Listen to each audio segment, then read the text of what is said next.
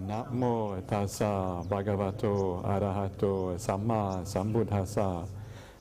Namo tassa bhagavato arahato samma sambuddhassa. Namo tassa bhagavato arahato samma sambuddhassa. Buddhang dhammang sanghang namasami. Okay, so I think we can start this evening's questions. So let's see what happens. Okay, there is a kind of restlessness being developed in Sri Lanka with the growth of Muslims. We get lots of emails frequently asking not to buy from Muslims and to avoid halal food items.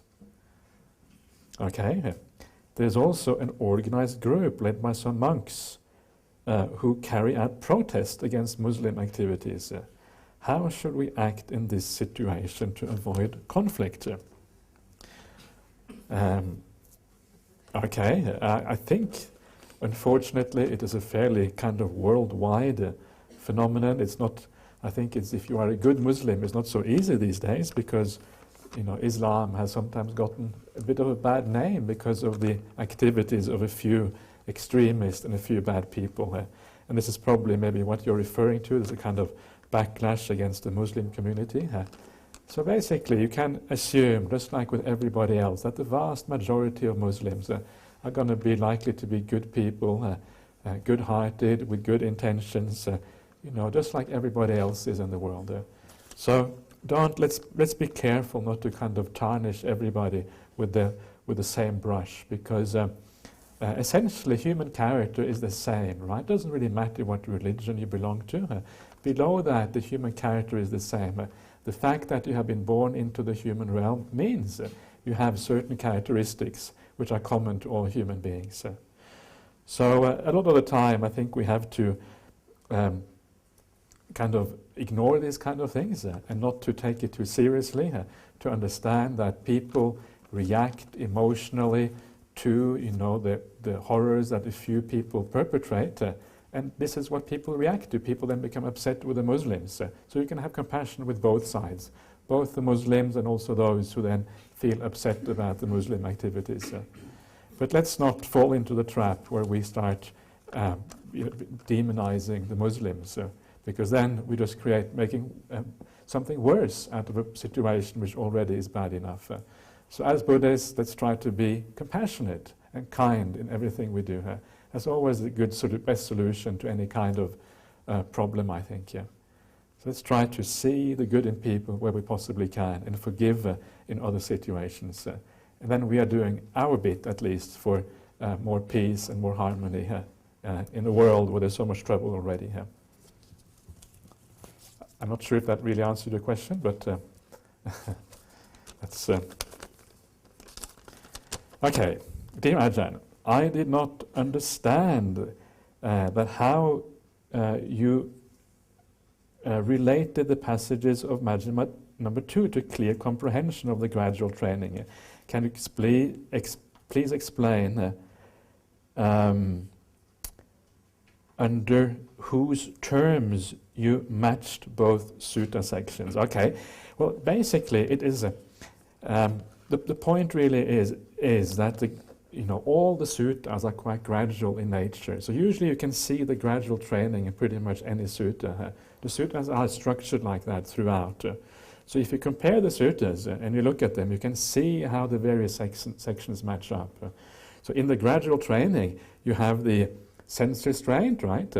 Then you have the full awareness, and then after full awareness comes the abandoning of the hindrances. That's the standard sequence. Sense restraint, full awareness, abandoning the hindrances. We haven't yet looked at the abandoning of the hindrances. That's coming one of these days soon, either tomorrow or the day after. Then when you go on to Majjhima 2, the Sabbasava Sutta, you see a similar pattern. You see, first of all, you see the sense restraint, right? Exactly the same thing as in the gradual training. And then you have 3 sections which are not found in the gradual training. And then you have the abandoning of the hindrances. In this case, it is actually the abandoning of the 3 types of unwholesome thoughts. That is very closely related to the abandoning of the hindrances. So you can see that those 3 sections in the Sabhasava Sutta stand in exactly the same place as the full awareness section in the gradual training here. So I'm not saying that these things are exactly the same. Usually they're not exactly the same, but what I'm saying is that they're very closely related to each other here, and that the 3 sections in the Sabhasava Sutta are likely to be a type of full awareness. One type, and there might be more to it, but that certainly is an important part of it, and that's why it's mentioned like that. So this is how you match up the suttas, and you can use one sutta to expand another one, and it all fits together very nicely. So I hope that makes sense. In the Visuddhimagga and practices derived from it, has the attitude towards the samatha practice as calming the mind in whichever way, and that in samadhi here. But what we see in contrast, that in the suttas you work on reducing the defilements, purify the mind, overcome the 5 hindrances, and then jhana happens arising here from the early 7 factors of the Noble Eightfold Path. Can you comment on that, please, that situation? It's not really different. Samatha is really, abandoning the defilements and samatha are just 2 aspects of the same thing, right? When the defilements get abandoned, you actually feel peace inside of you. The defilements are what drive the mind. Remember, part of the defilement is desire and craving, right? That craving is always the driver inside of you that makes you do things, that takes you out into the world to act. Craving is not a peaceful thing. It's the opposite of samatha. So getting rid of craving is the same thing as calming the mind. Ill will is the same kind of thing. Ill will drives you to action. It is something which is not peaceful. So by reducing ill will and harming, again, we're actually calming down the mind. So reduction of defilements and calming are just 2 sides of the same coin. That doesn't really make any difference. So any kind of meditation that you do which calms you down, or any kind of thing, any kind of thinking or reflection that you do that reduces the defilement, they're both basically the same kind of thing. So, and you find that probably both in the Visuddhimagga and the suttas, I would say. The Visuddhimagga is more focused on, it talks about the Pata Vikasina, the earth kasina, and tells you how to develop that kasina practice to the first jhana. That's basically how it does it. I'm not all that familiar with the Visuddhimagga. I've read only little bits and pieces here and there, so I can't really comment too much. But certainly, these things are essentially the same thing here. But again, if there is a difference, I would say always go to the suttas as the final authority on how to practice. Okay, I hope that makes sense. Let's move on to the next one. Okay. Dear teacher, it says here, it's very, very nice. Someone said that do walk meditation can reach jhana. Can this happen or not? Okay, so can you reach jhana through walking meditation? This is the question. Well, the point is that everything we do is geared towards calming the mind and attaining samadhi, right? So the question, I suppose, is can you actually attain jhana while walking? Maybe that's the question. Of course, the walking meditation itself, it certainly helps to that goal, right? It's part of the practice of calming down, of overcoming the defilements, of reflecting in a wise way so that defilements go down. So it's part of that. So it certainly takes you a long way on that path. But whether actually you can attain jhana while walking, I don't think so. I think that's impossible. And basically, you remember that the state of jhana is a state where the body disappears, right? There is no body anymore. Once you become very, very peaceful, it becomes impossible to walk. You don't want to walk anymore, you just want to sit down.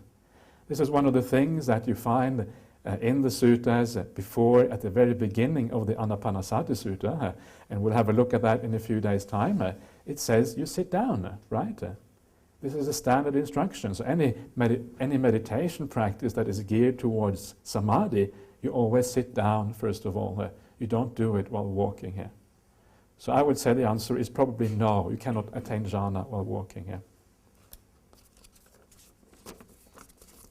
Okay, dear Bhante, very often people blame others and external situations for the greed, anger and delusion they experience. Yes, but wouldn't it be truer to say that these are only the triggers for what is coming from within? Exactly right, yes, I would agree with that. After all, an arahant in the same situation, even in the case of verbal and physical abuse, will not experience any defiled reaction. Quite right so, yes. Though they would experience painful and unpleasant feelings. In the physical sense, that's quite right. They would feel the physical body here. So they would feel the physical feelings in the body. That's right. Okay, with thanks for you sharing the light of the Dhamma. Well, okay, that's very kind of you to say that. Yeah, so that is quite right. I think it's one of the problems. Is everything okay at the back there? Yeah? Okay. Yeah?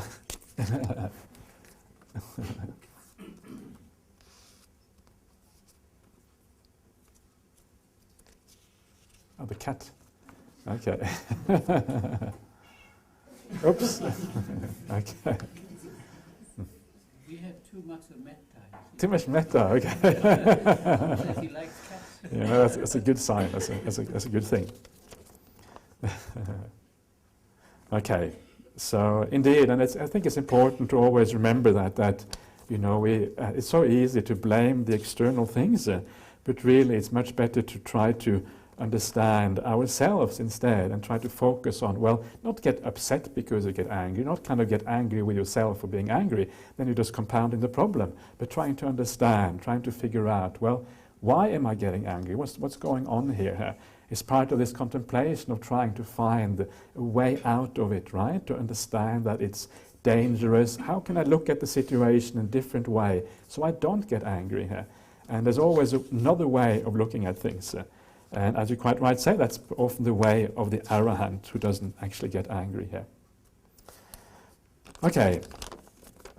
Dear Ajahn, thank you for being here and teaching the Dhamma, of which I know very little, okay?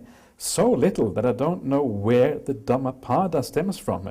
Are they extracts from the suttas, or are they stand-alone verses uttered up by the Buddha at various points? Thank you.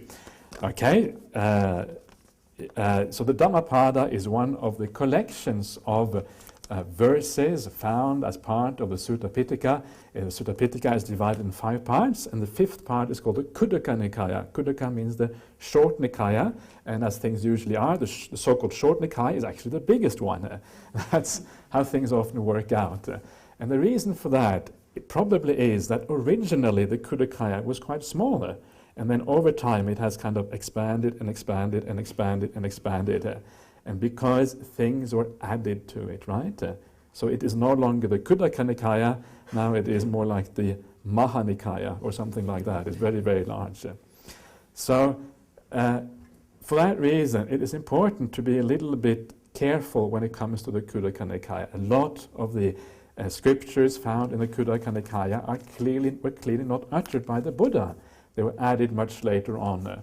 And you can see that in many different ways. When you look at various scriptures, you can see that the language is changing. It's not the same language in the suttas. The ideas, the doctrines start to change and evolve in new directions. When it comes to verse, you can look at the metrical style of the verse, the metrical style changes, and there are many, many criteria like that where you can look and see that actually this is not the same as the suttas. There is an evolution here. And of course the other way, which is very interesting, you can see that there is a change, is by doing comparative studies. And when you do comparative studies, we were talking about the Abhidhamma the other day and asking whether the Abhidhamma really was spoken by the Buddha or not. And in comparative studies, it becomes very clear that the 4 main Nikayas of suttas, the Majjhima Nikaya, Digha, Samyutta, and Anguttara as well, they are very similar across the different recensions. So if you take the Chinese version of the Majjhima, compare it with the Pali, it is very, very similar. But if you take the Abhidhamma and you compare that with the Abhidhamma of other systems, there's hardly anything in common at all. So how do you explain that? How do you explain that difference? And the way you explain that is that by seeing that, you can see that the Majjhima Nikaya in the Chinese and the Pali, they have a common source. And that source must then go back to a time when the Sangha was united, right, in one group. That's where it came from. And the reason why the Abhidhamma is different in the different versions is because it arose, at least in part, after the Sangha started to split apart, and then it arose in different places, and that is why it is different. So the point here is that those things that are common in the different traditions are also likely to be the things that go all the way back to the time of the Buddha. So this is how you see these things. And with the Dhammapada is a mixture of all kinds of verse, and there is verse in the Dhammapada that is also found in other parts of the canon. So they are there, and that's certainly then, of course, authentic, being the word of the Buddha. There's also verse in the Dhammapada which is not found in other parts of the canon. So the Dhammapada seems to be like a bit of a mixed bag. Some of it is clearly the Buddha Vachana, the speech of the Buddha, and some of it, it's more difficult to say exactly where it comes from. And again, if you do comparative studies, you look at the different types of Dhammapadas, they vary quite a lot. The Chinese version of Dhammapada is called the Uddana Varga from the Sanskrit, and that has, for example, over 1,000 verses, at least one of them. And those, whereas the Dhammapada we have has about, 400, just over 400 verses. So there's 400 versus 1,000. So you can see there is a lot of difference in development there. Okay, so that is roughly the Dhammapada. So part of it would be from the Buddha, other parts a bit more uncertain exactly what it is. Okay. Next one. What is the difference between Miccha Samadhi and Samma Samadhi? Okay. It's a good point because it's not very obvious what that actually is. Please explain what is meant by Lokya Jhana and Lokuttara Jhana. Okay? All right. What is the difference between Anusaya, underlying tendency, and Asava, outflowings? Okay? Finally, when Asavas are eradicated, Anusaya will also be destroyed, or do they become irrelevant? Okay? Well, here are some very serious Dhamma questions, and not messing around with this one. Okay. So, first of all, Miccha Samadhi and Samma Samadhi, what is the difference? And that is a very interesting point, because you see in the sequence we saw the other day, you saw that wrong view leads gradually throughout all the various factors of the path, wrong view, wrong intention, all the way up to wrong Samadhi. So what is actually meant by that wrong Samadhi? And then on the other side you have right view leading all the way to right Samadhi here. And one way of looking at that is because it is based on wrong view. Wrong view is the first factor here. One way of, it doesn't say this explicitly in the suttas, so it becomes a little bit of a educated guesswork to actually know what it is. But one way, because it is based on wrong view, any kind of samadhi, any kind of even jhana perhaps, but which is conjoined with some aspect of wrong view, that might be called Miccha Samadhi. And the reason it is Miccha Samadhi is because when you come out of that kind of samadhi, it cannot really be used in the correct way, because you have wrong view. Because, for example, if you are, say you are somebody who believes in a God, right, of whatever religion, you will often take that jhana experience to mean union with God, seeing God for the first time, right? So because of that, the Miccha Ditti actually skews your ability, distorts your ability to understand reality as it is. So you can't actually progress any further. The Miccha Ditti stops you. And for that reason, it may be called Miccha Samadhi. So that is one way of looking at that, and I think quite possibly that is the right answer to that question here. Second one, can you please explain what is meant by Lokya Jhana and Lokuttara Jhana? Okay, Lokya, these two terms are commentarial terms. They don't actually exist in the suttas as such. And the difference is that Lokuttara jhana is a term that occurs first in the Abhidhamma Pitaka. And the idea with Lokuttara jhana is that when, I have to say this is quite sort of specialized Dhamma, so you have to be really interested in the Dhamma to get into these kind of things, but it is also quite important, I think, at least sometimes, for getting the right idea what these things are here. So according to the Abhidhamma, when you penetrate to path and fruit, right, when you become a stream enterer, you become a once-returner, non-returner, or an arahant, that experience of reaching any of those stages happens when the mind experiences certain of the jhana factors.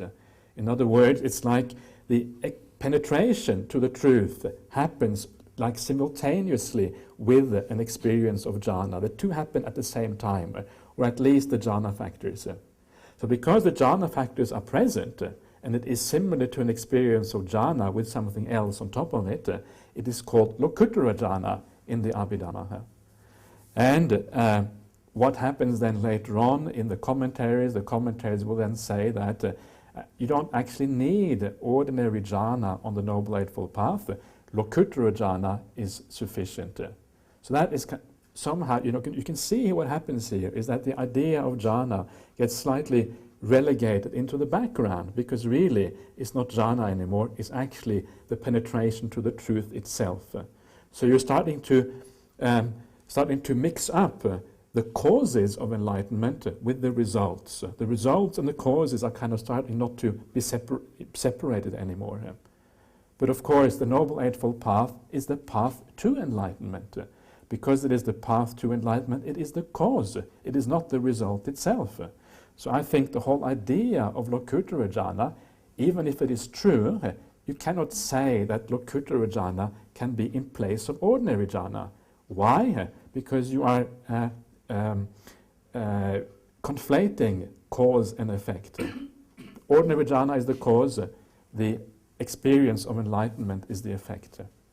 So the importance for the practice is basically the ordinary jhanas. It's not very ordinary, it's already uttari manusadhamma, right? It's beyond the human state. So to call it ordinary is a bit of a misnomer anyway. But that is what is talked about in the Noble Eightfold Path, not the so-called Lokuttara jhana. I'm not sure if that made any sense to you whatsoever, but don't worry about it. This is very specialized things, which I'm sure the monastics here will appreciate what this is about, but I think very few lay people get into these specialized areas of Dhamma. Anyway, let's move on to the next one. What is the difference between anusaya and asava, the outflowing of the mind? Okay, so the anusaya is an underlying tendency, right? So the anusaya is not always present in the mind.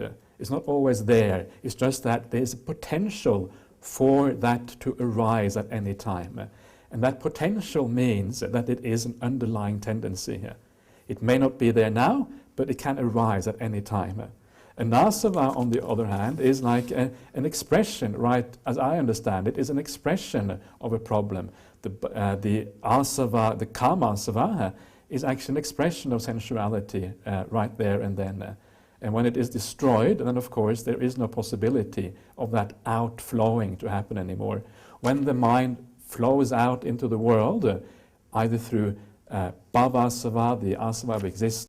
My friend who is suffering from a stroke has been told that it may not be caused by past karma. Can you let me know what other causes can lead to condition like this? Thank you very much. The basic cause for having a stroke is to be reborn as a human being. That is the main cause for having strokes. So remember that sometimes we take the idea of karma too far, right? We think that things are caused by karma. But really, the main thing that karma does is places you in a certain rebirth. That is the main thing that karma is all about. So you have been reborn as a human being. Now that fact that you have been reborn as a human, that is karma. That is because of past conditions, things that you have done in the past.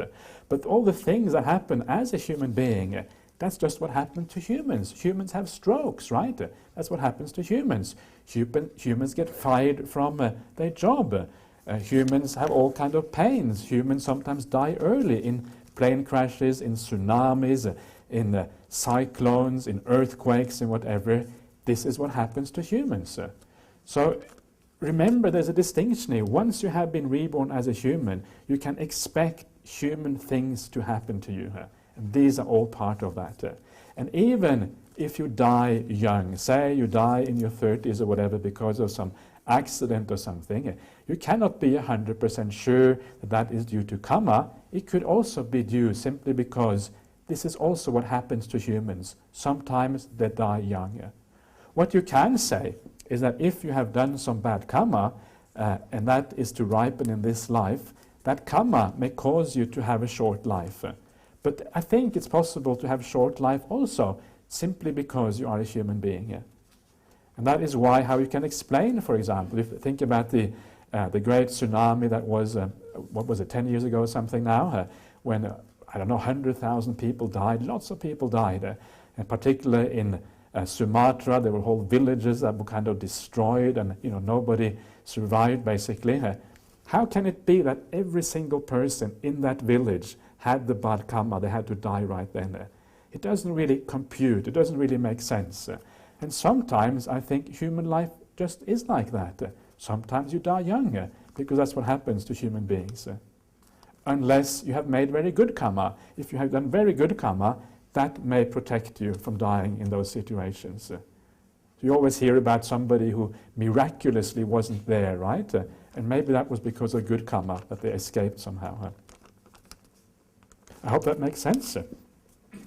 Let's go on to the next one. Venerable Bhante, how can we protect ourselves from falling into the four woeful states? Okay,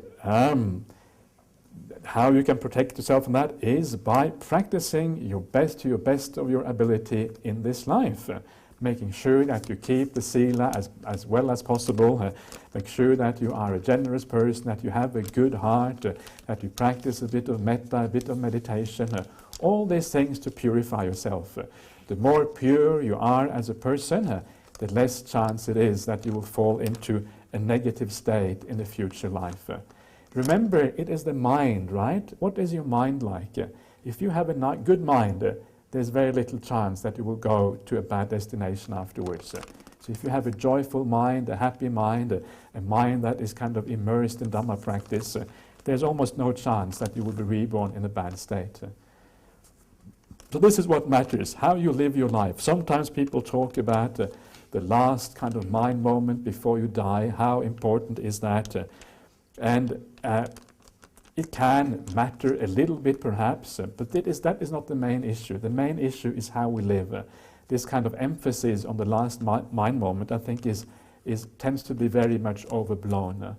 It can matter, but imagine that you are a very good person, and let's say that you have a bad death, so you die with a bad thought or whatever. At the very most, what can happen is that you perhaps go to a bad destination for a very short time. And then your general karma will very soon take you back to a good place again. So regardless, it's your general conduct, your general karma, that is what is important, right? So purify yourself to the maximum. Do good, be a good person. And then you will be going the right direction. Got the wrong side, okay. Dear Bhante, often while meditating, I feel a persistent build-up of pressure in my head. And it sometimes leads me to yawn a lot as well. I have looked into potential causes of stopping my breathing or focusing too much on one spot, but neither seems to be the cause. This usually happens for a while, just preceding a very calm meditation. Could I be doing something that I should try to change? Or is this one of those things that just happen and I should take no notice of? Thank you. It is hard to say exactly what is happening, and if it is a real pressure or whether it's just a perception in your mind, it is something you have to find out for yourself. But be careful. Sometimes people do get headaches in meditation practice. is quite common, and particularly in some high-stress societies, like places like Singapore, for example. It's a very high-stress environment, and people there often work incredibly long hours, and people are often very tense in those kind of societies, and because they are used to exerting their will all the time, often they also get headaches when they practice meditation. It's quite common. So be careful. Don't put so much force into the meditation practice that you get a headache. Make sure you don't do that. That could be one cause for this pressure that you're feeling inside the head. So if that is the case, just relax more. Just sit back and just allow things to be. Don't push yourself in meditation practice. Just relax. One of the problems, I think, with watching the breath, many people like to watch the breath here, on the upper lip or the nose, tip of the nose, or this area in general. And sometimes, unless your mindfulness is quite strong, it can be very restricting. And that perhaps, for some people, that may give rise to a headache because you aren't really ready to narrow your attention down to such a small spot. So you need to relax more. You need to not focus so narrowly until your mindfulness becomes stronger. If that is not the problem, if you have checked it out and it's not a headache, that is a real headache, it's just a perception perhaps, then it's not really an issue. Then you can just keep going. And as you say here, if this precedes a state of great calm, then perhaps it is just a temporary perception that you have to work through before the mind calms down more. So it is hard for me to know exactly what is happening with you. You have to really test and experiment yourself. But be careful so you don't cause any problems for yourself.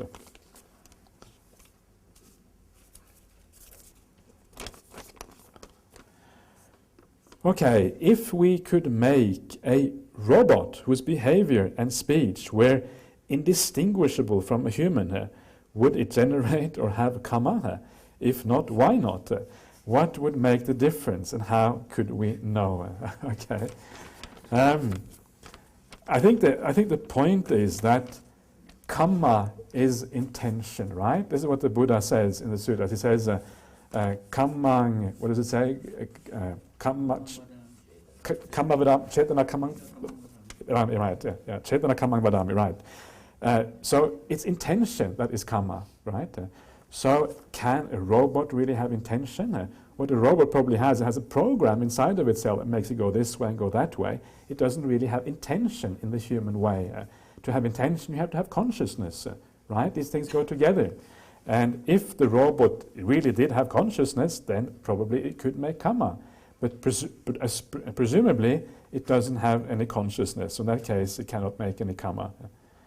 I wonder what the robot might get reborn as. That's an interesting one. Some kind of robot heaven or something. So essentially, I think the answer is no. There's no such possibility here. Okay. Okay, dear Ajahn, from where did you download the Tipitaka onto your Kindle? It's actually not my Kindle, that's the problem. I borrowed it from somebody else. Somebody said to me, oh, I have the Tipitaka, you might need it, take it on your trip. So that's unfortunate. So I don't actually know where it's from. But I think it is from the version of that particular Tipitaka I have is called the Chatta Sanghayana Tipitaka. It's from the Burmese Sixth Council in Burma, and I think it is available on the VRI website. VRI is the Vipassana Research Institute, and they operate out of India. And if you just search on Vipassana Research Institute, I think it may have been downloaded from there. I'm not 100% sure. Is that where it would be from? You want Bante? No. Okay, maybe from there. We are uncertain here. So, yeah. Okay, thank you for your enjoyable and inspiring sutta readings. Thank you. They are a great selection for this retreat. May you derive much merit from a wonderful teaching. Okay, thank you very much. That's very kind of you to say that. Okay, so let's go on to the next one. Okay, Venerable Sir, when sila of the body, word and mind purifies, does mindfulness become established on its own, or is it a process that needs attention and effort always? Basically, it gets established on its own. This is one of the points about the purification, is that mindfulness gradually increases and increases and increases. And you should be able to see that in your own practice. When I think about myself, what I was like when I started my training as a Buddhist or a monastic about 20 years ago, whatever it is now, and I compare it to myself now, I can see a great increase in the clarity of the mind, the clarity of being able to be present and all these kind of things. And you should see the same thing happening to you. You should see the increase in mindfulness. In fact, the Buddha said in the suttas that one of the ways you should always reflect on this. Are you growing in wholesome qualities? And the wholesome qualities include things like mindfulness and samadhi, right? These are the kind of the foundational important qualities. So are you growing in those things? And if you are not, then something is wrong in the practice. You need to adjust something here. And the Buddha said, for example, if you're not growing in those things and you're living in a certain place, you should leave that place and go somewhere else to make sure that these qualities start to increase. So whatever you need to do, because this is the purpose of the spiritual life, to have more mindfulness, to have more samadhi, to have more kindness, to have more gentleness. Now, if the purpose of the spiritual life does not materialize, then you're wasting your time. It's not working. There's no point anymore to this whole thing. So you have to make sure that the point of the spiritual life actually manifests. Otherwise, stop being a Buddhist perhaps, or something like that. So please always investigate. If you find that it doesn't work, investigate why it doesn't work. And then, according to the Buddha's teachings, if you investigate rightly, if you do the right practice, it will always lead to the right results. I was just joking when I said don't be a Buddhist. I didn't mean that seriously. And it is also true that it does need some attention and effort always. And the reason for that is because even though you are increasing your mindfulness and it becomes very powerful, sometimes in daily life when you are very busy doing many things, mindfulness will go down, right? And it will disappear. So you have to, not disappear, but it will diminish. So then you need to go back home, you need to sit down, you need to relax, you need the tiredness to pass away, the restlessness to disappear, and then you find your mindfulness comes back again, right? So you need always to kind of care for it and look after it in this way. And then when you come on a retreat, meditation retreat, then you find that your mindfulness becomes much more powerful than it does in daily life.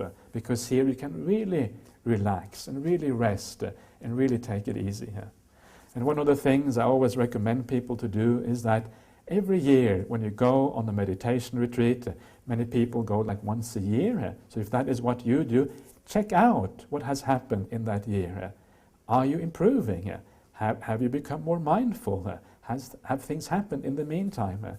And if you can see from year to year that you're making progress, then you know that you're also practicing in the right way in daily life, right? You know that you're doing the right things, you're putting in the causes, and you're getting the results because of that.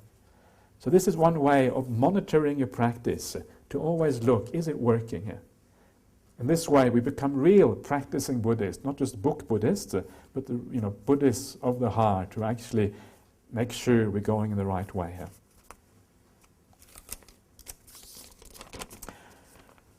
Okay, 2 questions here. Does being a vegetarian help with sila and meditation? That's question number 1. Was number 2, in the walking meditation, where does or should the mind rest?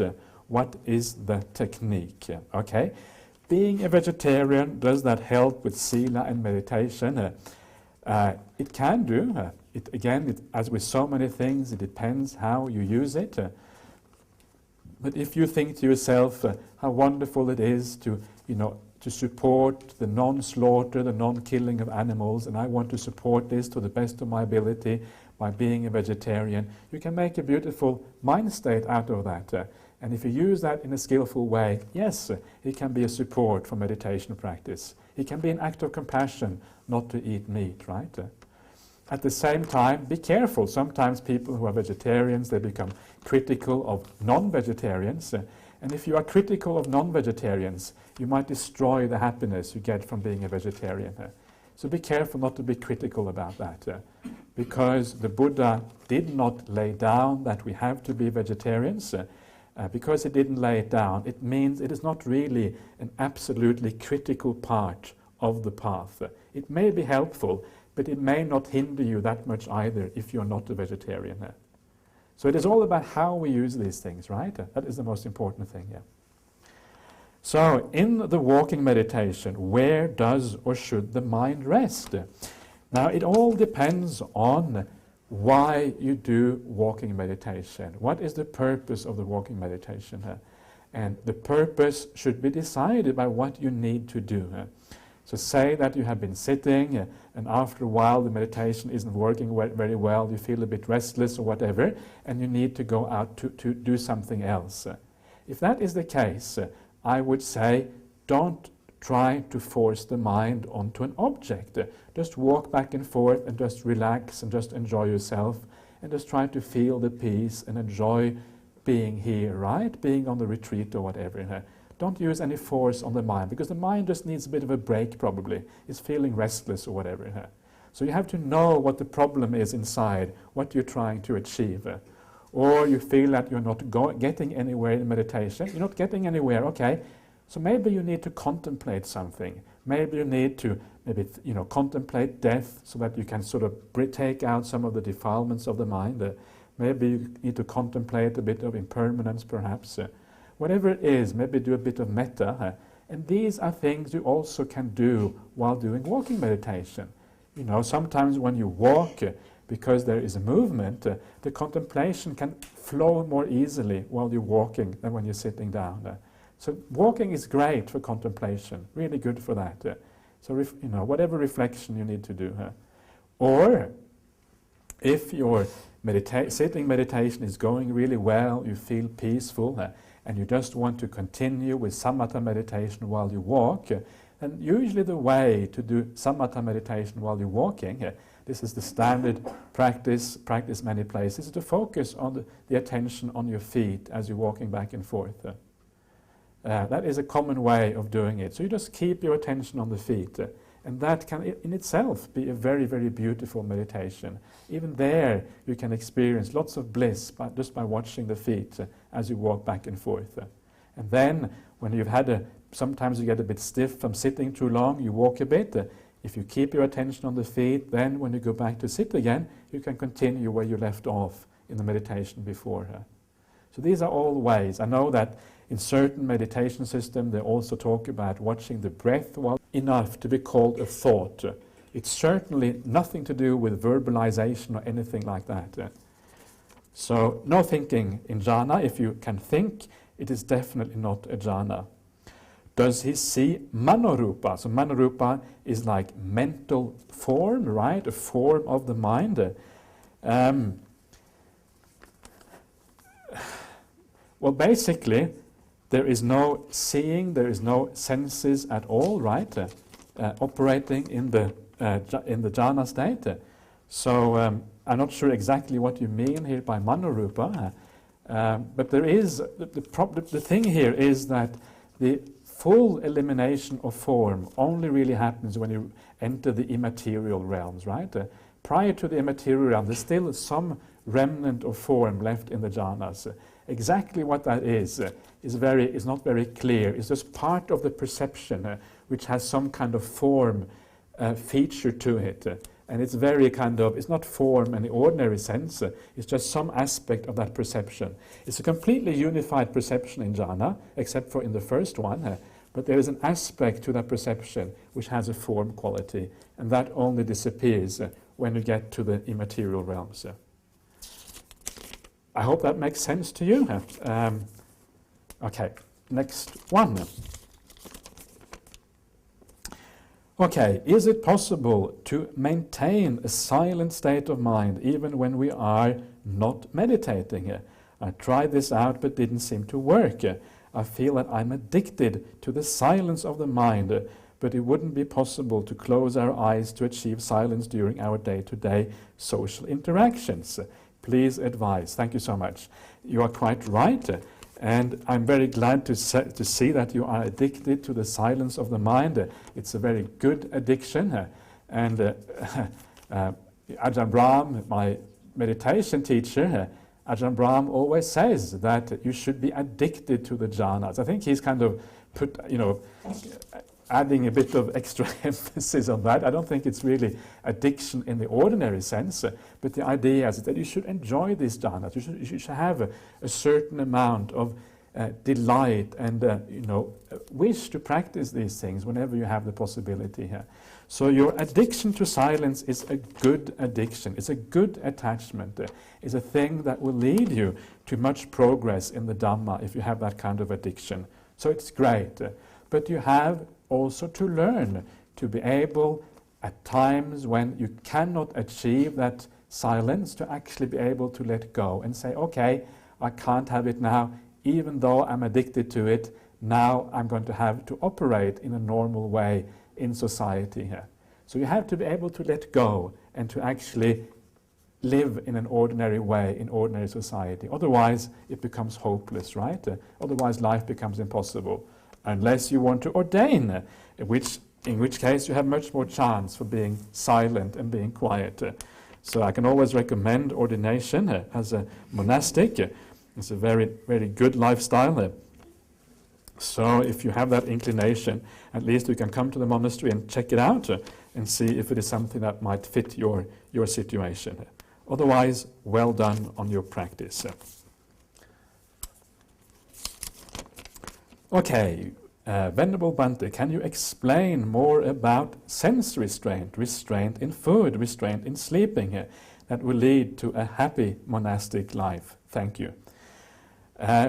Okay, so all of these restraints, remember what I was talking about today, it's about finding the middle way, right?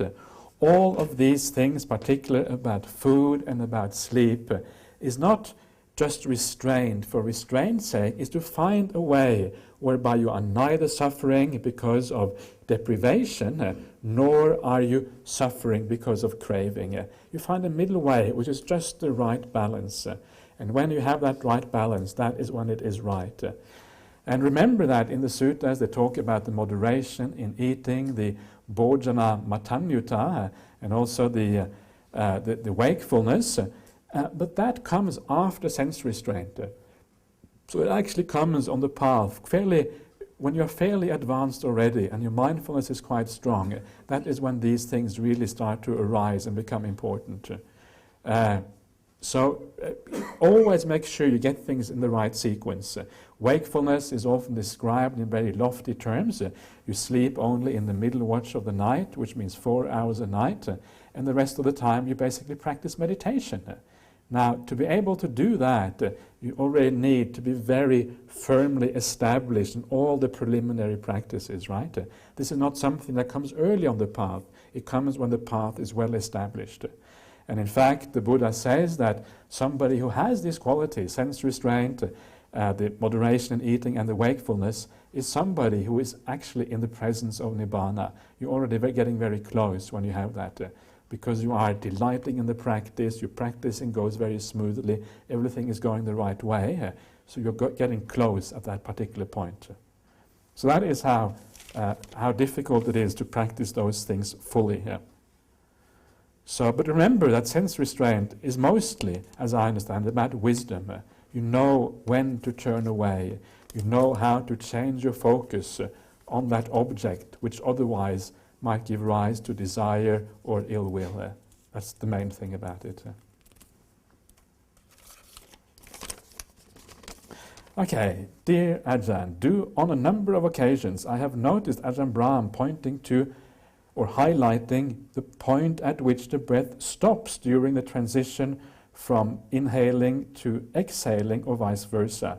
Is there any special significance?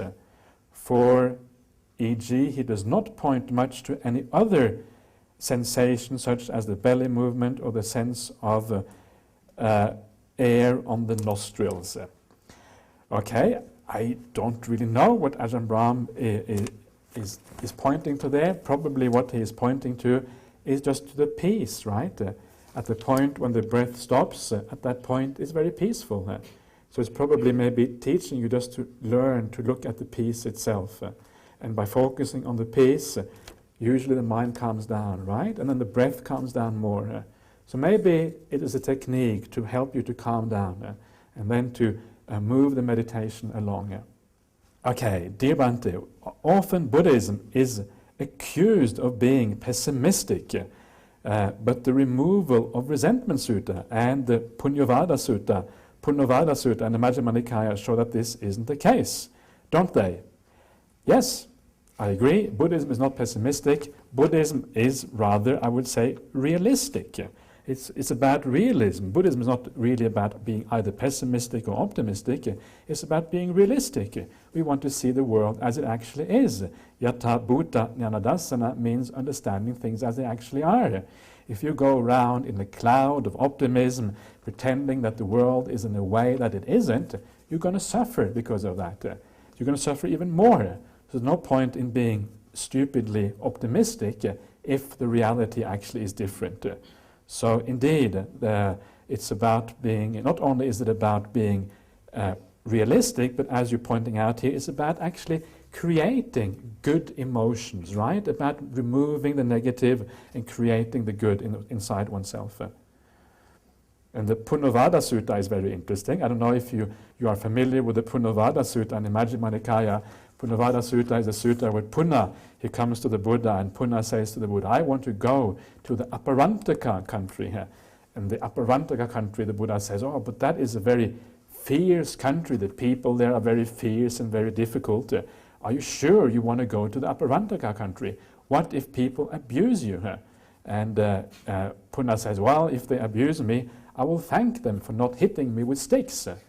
And then the Buddha said, but what if they do hit you with sticks? Well, then I will thank them for not throwing clods of earth at me. But what if they do throw clods of earth at you? Well, then I will thank them for not stabbing with knives. But what if they do stab you with knives? Well, then I will thank them for not killing me. But what if they do kill me? Well, at least I wouldn't have to search for somebody to kill me. Or something to that effect is what he says. So it's a very positive view, right, of things. So that's the Punyavada Sutta for you. So then the Buddha says, well, then you can go, because you're obviously ready for that. Yeah. Okay, do you think the Buddha was possibly one of the earliest exponents of positive thinking? Indeed, I think that's a very good point. He was very much into positive thinking. He was into metta bhavana and into seeing the good in other people and practicing happiness and joy in life. I think that is a very good point, actually. He was certainly into positive thinking. But he was into a kind of positive thinking that was also realistic. It wasn't a kind of deluded positive thinking, right? It was a mixture of realism and positivity. And that is what I think is so powerful about the Buddha's teachings. I think a lot of other positive thinking may often be actually, sometimes at least, probably can be deluded thinking as well. Okay, thank you for sharing the Dhamma so generously. Very good. Okay. Oh, it's getting very late. Okay, we'll do this one. Venerable Sir, can you kindly explain what Vedana Sanya is? Vedana Sanya. Okay, I'm not sure if the word Vedana Sanya as such occurs anywhere in the suttas. What that would mean is basically perception of feeling. That's what that would mean, Vedana Sanya. So it just means you are percipient of feelings, basically. You are aware of the feelings. That's what Vedana Sanya would mean.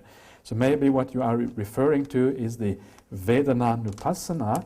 The Vedana Nupassana is the Satipatthana, where you contemplate feelings, right? This is Vedana Satipatthana, Vedana Nupassana, the contemplation of feelings. How should one do that? I will get to that one of these days. But one of the ways, or the main way that the Buddha explains that in the suttas, is that Vedananupassana is done when you do Anapanasati practice. That's also when you do Vedananupassana. Okay, I think I better stop there. Let us all together pay homage to the Triple Gem.